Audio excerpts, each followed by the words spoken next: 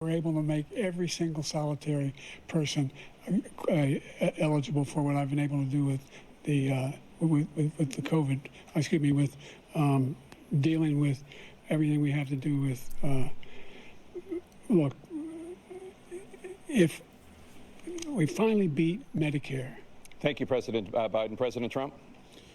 Well, he's right. He did beat Medicare. He beat it to death, and he's destroying Medicare because all of these people are coming in. So this was a total farce, this debate last week. I didn't watch it originally. I don't want to watch debates like this ever. But I did watch this eventually, and it was as pathetic and terrible and scary as everyone had told me. These are two terrible candidates. The worst candidates ever, maybe. I mean, honestly, I can't remember a time when I've been as disgusted by two people running for president. And they're both former presidents, which is astonishing. So I'm here to make some sense of this and maybe talk you down from the ledge a little bit. I try not to care too much about American politics, national news. And I say that as someone that's very informed globally and locally. But American politics are kind of an interesting beast. And I think that people get a little too invested in them. I think it's all a charade, essentially. I think it's all very unhealthy to care too much about. And if you are someone that cares a lot about it, you must be very scared and depressed right now based on what we've watched here, because these are two unfit candidates. Trump actually looks fit. Like, if I didn't know any better, I would think, here's a guy who looks like he knows what he's doing. He knows what he's talking about. He's handling himself properly. He looks like he knows. He looks like something's on his mind, that he's processing information, which is kind of a requisite. Biden, on the other hand, the court just approved the abortion bill. Certainly does not. I just think, like, Biden is senile. Biden has lost it. Biden cannot take care of himself, let alone a country. Look at him staring off like that. Like, this is like not good, this look. I can't believe that people let him out onto a stage like that. He had like a week to prepare, like, in peace and quiet, and this is what he looks like. Like, give him stimulants, give him something. Like, he needs performance enhancement. These two men both should have their performances as leaders enhanced as much as possible. The thing is that they do. Like, President Biden is a figurehead on top of a very powerful party, the Democratic Party. He's in charge of a powerful cabinet. He has a lot of advisors.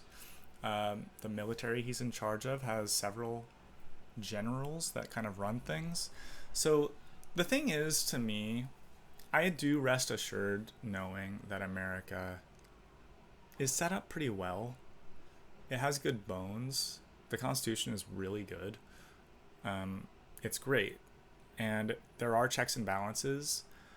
And look, those things are threatened. I get it. Like, I hear a lot of the doomer news, especially like with the Supreme Court recently ruling that a president apparently has immunity for whatever he does in office. Like, he can literally assassinate his opponents and get away with it. I mean, that's scary. It is. And maybe Trump is someone that would do that. But fundamentally speaking, America has a very strong and robust middle class of consumers and moderately content people who basically show up to work and buy stuff and enjoy their lives and propagate. And we're living in this era of immense prosperity and exciting technology, and that is not changing. That is going to be the case. I think it'll be the case for the next 4 years, no matter what. I think that our reputation on the world stage has been marred and damaged in the last decade, for sure. But our allies are still our allies, you know, even though the UK and Germany and France and Japan and others, like, maybe those allies are not as strong. Maybe they doubt our ability to protect them. They doubt our ability to negotiate as well these days. That could be true. But fundamentally speaking, the world order is kind of set as what it is. Trump made some comments, some very interesting comments in the debate, that this whole war in Ukraine, this invasion war of Russia, wouldn't have happened under his watch, which I thought was a very interesting suggestion.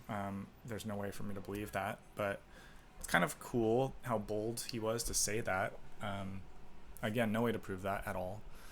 But I do wonder, like, the U.S. should have a better leader. That's for sure. Like, the U.S. should have a magnanimous, exciting, motivating leader, like Obama was to me. We haven't had that in a while, it feels like. I mean, good leadership is hard to come by, it turns out. Neither of these guys are it. Of course, Trump has a huge support system that do think he is it, and I do see it. I see the appeal of Trump. Like, I don't hate him the same way that so many people do. I don't fear him the same way. I don't think he's going to be a despotic tyrant. I don't know why people really think that. He seems just like a lazy, narcissistic, oafish guy who wants to eat McDonald's and watch TV and talk shit on Twitter and stuff. And like, that's not my kind of guy, but he's not a genocidal maniac. He's not a despotic warlord. He's not going to, enforce hyper amounts of control into people's everyday lives. Like, I don't see any of that. I guess he's conservative. I mean, everyone at this age gets to be a bit conservative. His judgeships and courtships appointments and stuff. I mean, there is all that to think about, and I guess I do prefer Biden's America. I would describe Biden's America as one that is essentially run by a bunch of busybody, woke bureaucrats, and the professional managerial class. They're not my. I know a lot of these people. They're not my favorites in terms of their beliefs and their ways of doing things. It's a little, this sort of like uptight, middle-aged woman, nanny state with very strong ideologies, but also a lot of guilt, a ton of liberal guilt. I don't like that, but I prefer his America with that over, this kind of buffoonish embarrassment of a country. But really, so I lived in Berlin during Trump's presidency. I was thankfully separate from it. I had that distance where I could be a bit more detached, even though I'm a citizen of the USA. And I have to say that this whole Trump derangement system is bad. Trump derangement syndrome is bad. Like, that's this effect of people just being so obsessed with how terrible Donald Trump is that that's all you can think about. It's all the news you can write. It's all Biden can talk about. Like, let's just watch this. I'm sure he'll disparage Trump in this sentence.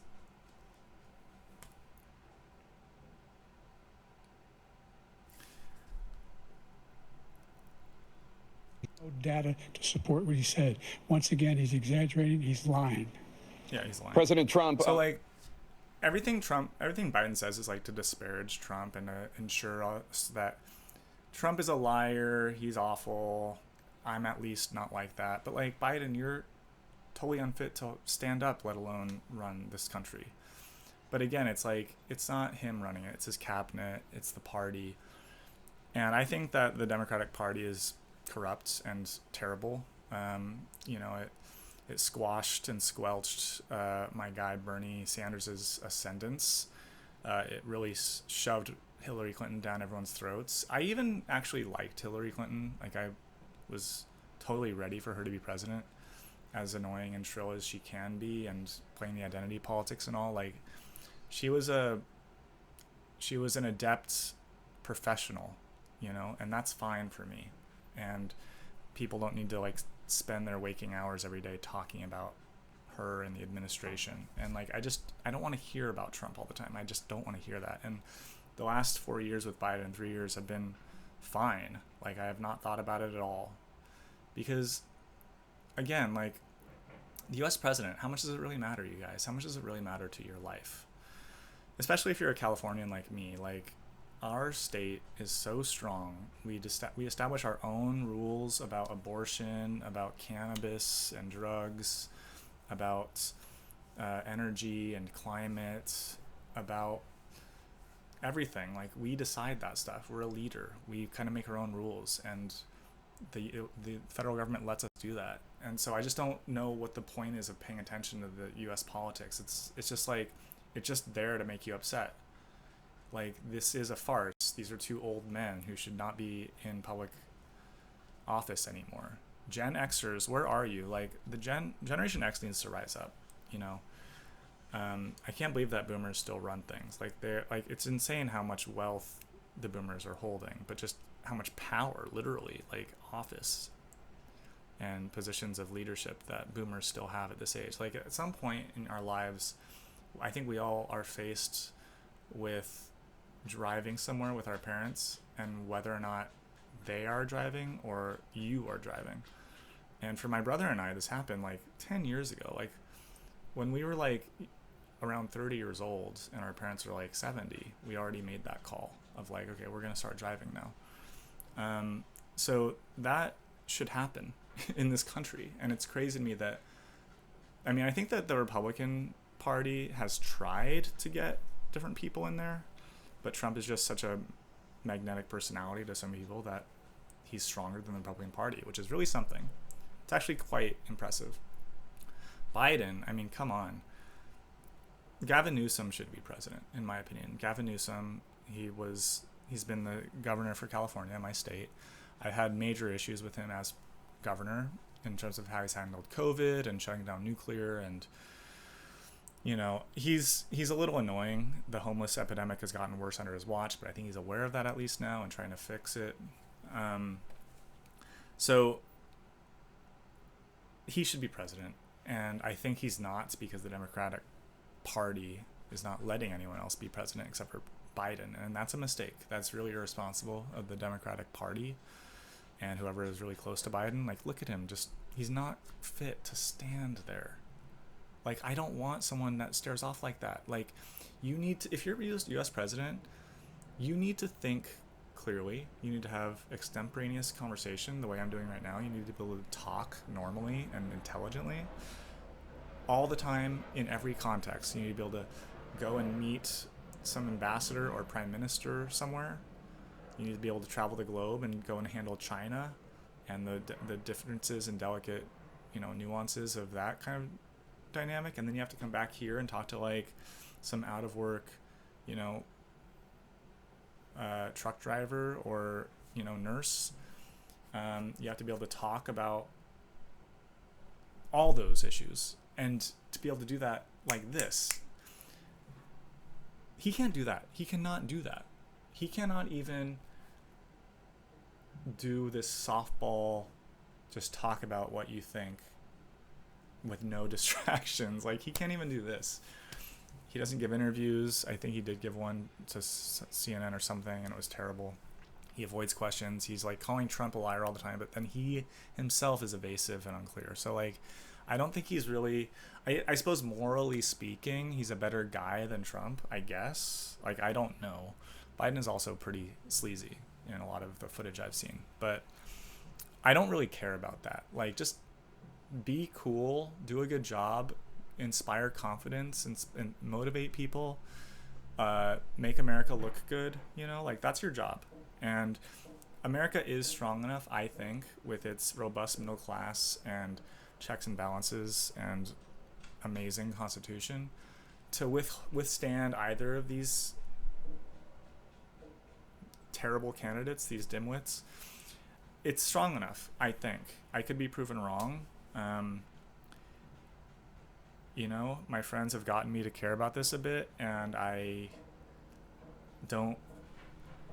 mean, all it does is scare me. I mean, this is like a horror show, you know? So I don't know if that's good, but we'll see what happens. I think ideally Biden steps down. You know, he's just kept saying that he's not going to step down, which is crazy. I think a cool, able nominee would say something like, I am up for this task. I've been doing it well. I have my team in place. You don't have to worry. I'm cogent enough to make certain decisions when I'm given my evenings to read over everything. But if the American people and the Democratic Party want to weigh some options, that's fine. I know I can handle that too. I can hold my own in front of any competition, including Trump. Like, say something like that. Don't say, like, I'm running, the end. Like, I'm fine. I don't need to take a test. Like, you do need a test. You are not fine. You are senile and having senior moments constantly. And I'm not saying that that should disqualify you from any decision making. But the job of the US president, again, is a figurehead, global facing position that needs some more charisma than this. And if Trump wins, at least he has that, you know? And like Trump, again, I'm not a Republican, I'm not a conservative, I'm not religious, I don't support almost anything that he stands for. But I'm just thinking of what he did so badly. I mean, some conservative judges, you know, he stood up for Israel, which I think is a good thing. In terms of China, Russia, and Iran, like, I don't know. I think he's been able to meet those bravados, because like countries like that, they might respond well to this kind of thing. I don't know, but Trump is not the end of the world. Like, maybe I'm just trying to make amends now, because maybe this is clearly what's going to happen, because I just can't imagine Biden winning. But at least, you know, it's really between it's between the cult of personality of Donald Trump, which I think is overblown in both directions. He's obviously not as good as some people think, and he's not as bad as other people think. He's not a good, upstanding moral figure, but he's a big blowhard. He's American. Like, he is what he is. Like, he's not who I want to represent me. But on this side, you have not Biden himself, but the Democratic Party. And the Democratic Party, I voted for them a lot in my life. I'm independent now. I don't plan to vote for a Democratic or Republican president for the rest of my life in California, where it's meaningless. I'll usually try and find a third-party candidate that represents my values.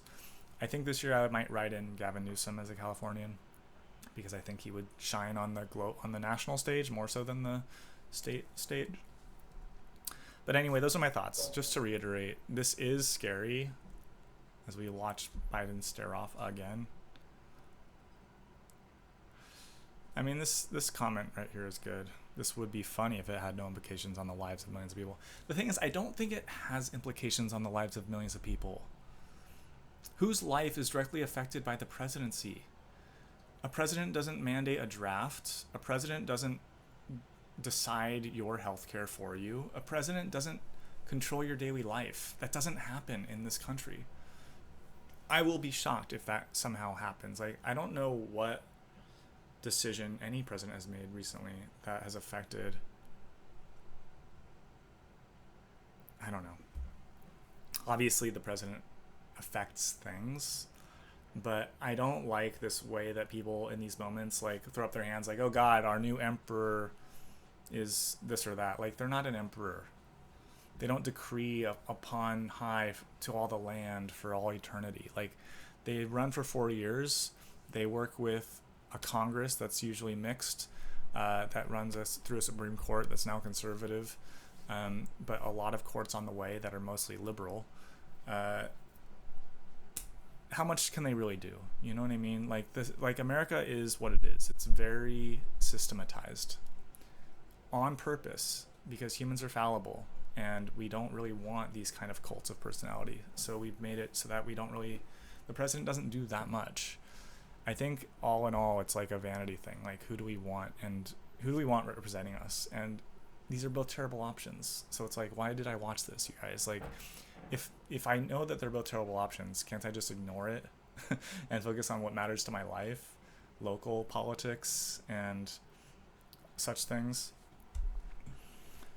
Oh, Biden, don't go out like that again, man. Don't go out like that. You look like a deer in headlights, and she's asking you a softball question, and you're just staring off.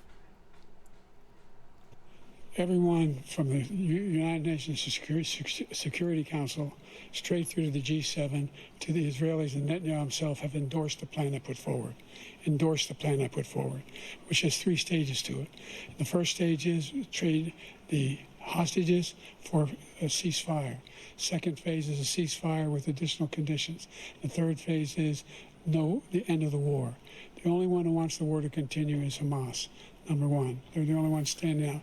We're still pushing hard to get them to accept. In the meantime, Yeah, what's I mean, happening? if I was to just read what Biden says, I think I generally agree with him on a lot of things. So it's just too bad that he's so old now. And it's too bad that Kamala Harris is not like him. Kamala Harris and Biden don't believe the same things. So I don't know. I don't want to think about him dying and ending up with Kamala Harris, because I definitely would not vote for her. But it's just too bad. It's a bad scene, and I hope that the Democrats do the right thing by letting other people get in there. Michelle Obama versus Gavin Newsom. That would be great. I doubt we'll see that. So my recommendation is to ignore American politics for a while. You know, if you're in a swing state, I guess you have to really consider this. You know, that's who decides these elections, swing state voters for some reason. Otherwise, I would try to not stress too much, to try and just focus on your life and what matters in your life. That's my recommendation. All right, guys. Until next time. Ciao.